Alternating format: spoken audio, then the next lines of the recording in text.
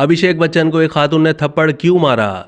बॉलीवुड के लेजेंड अदाकार अमिताभ बच्चन के साहबजादे अदाकार अभिषेक बच्चन ने माजी में एक किस्सा सुनाया था जो अब सोशल मीडिया के कुछ प्लेटफॉर्म्स पर वायरल है।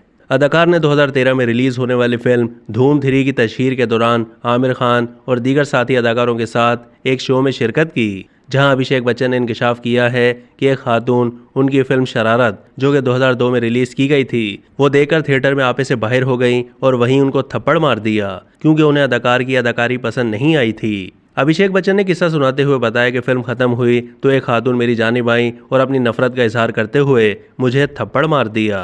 अदाकार के मुताबिक खातून ने थप्पड़ मारने के बाद कहा कि मुझे फौरी अदाकारी छोड़ देनी चाहिए क्योंकि मैं अपने वालिद का नाम खराब कर रहा हूँ। अभिषेक बच्चन ने अपनी बात को जारी रखते हुए मजीद कहा कि 2012 में जब मैं अपनी फिल्म बोल बच्चन की रिलीज के बाद उसी थिएटर में गया तो मुझे याद है फिल्म देखने के बाद तकरीबन 10,000 लोग थिएटर के बाहर जमा हुए थे।